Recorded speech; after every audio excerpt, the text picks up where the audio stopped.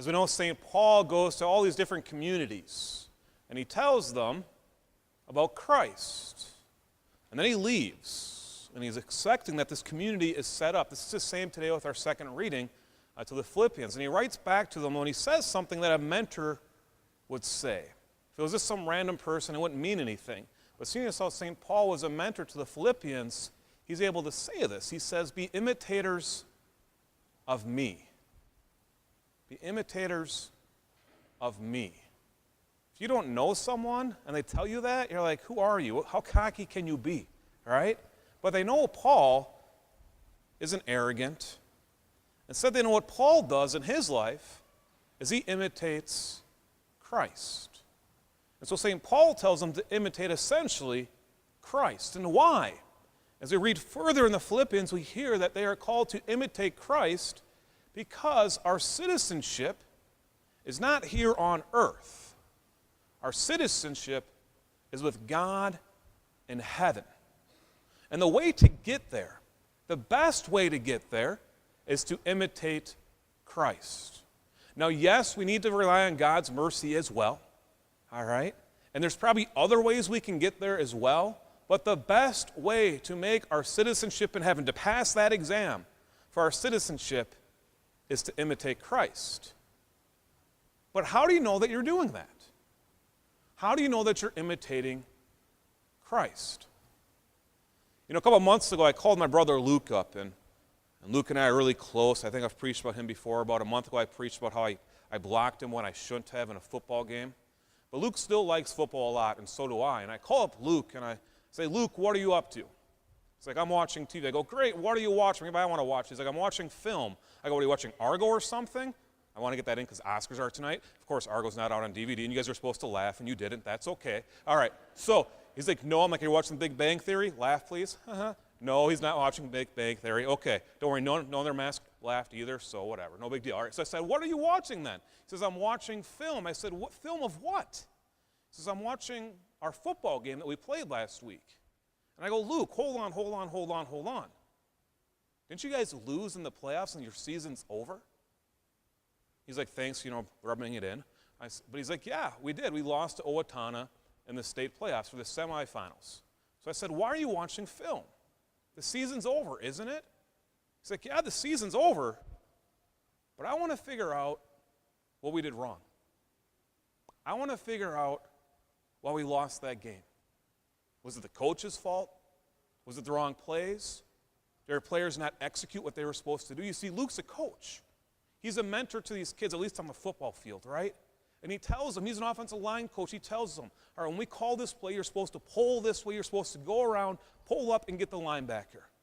And he wanted to see if it happened or not.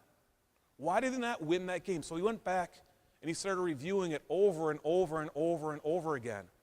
And he marked down, I'm sure this, I've watched some with him one time. It's ridiculous. He watches everything and he marks down where they messed up. You know, this happens in other sports as well. Remember when I used to throw this shot put, they'd used to film me and I'd go frame by frame by frame looking out at my technique and where I messed up and where I did well and everything like that.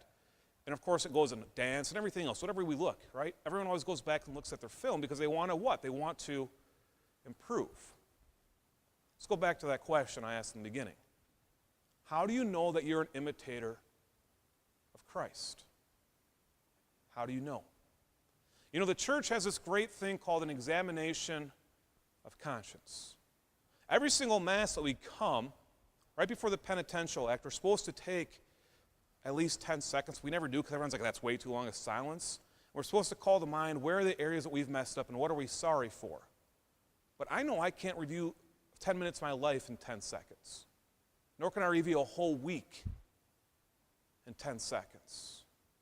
See, when we examine our conscience, it's like looking back at a film of our life and figuring out those plays, those areas in our life, the last day that we had, where we messed up, and marking it down. To mark down and say, where was I imitating Christ, and where wasn't I?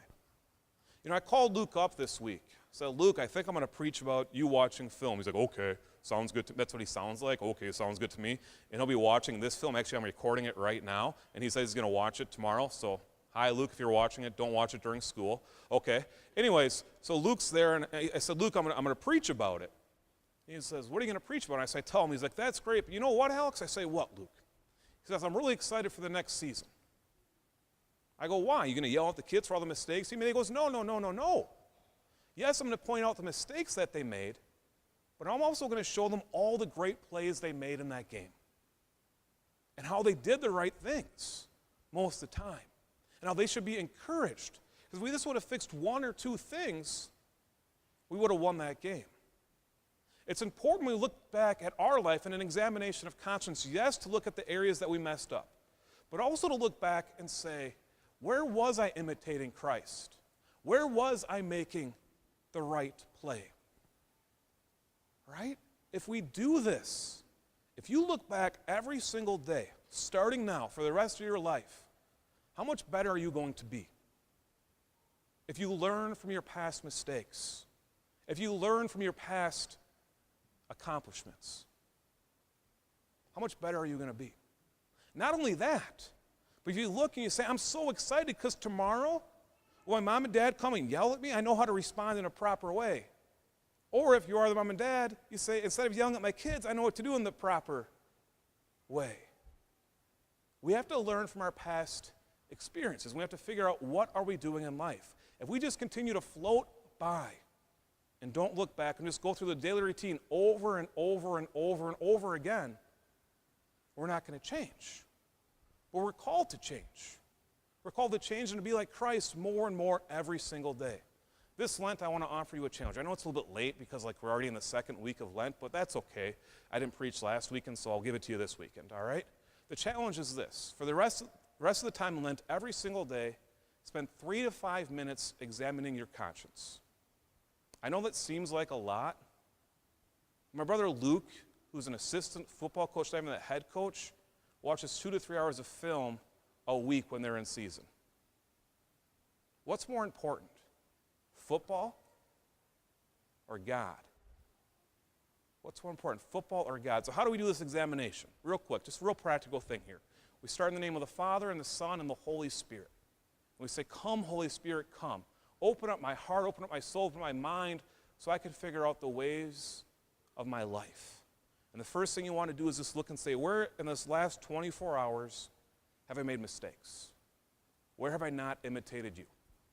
And once you get done with that, don't dwell on it too much. Just take those big sins, not the big sins, but any sins. When you get done with that, then you move on, and you say, in what ways did I glorify you?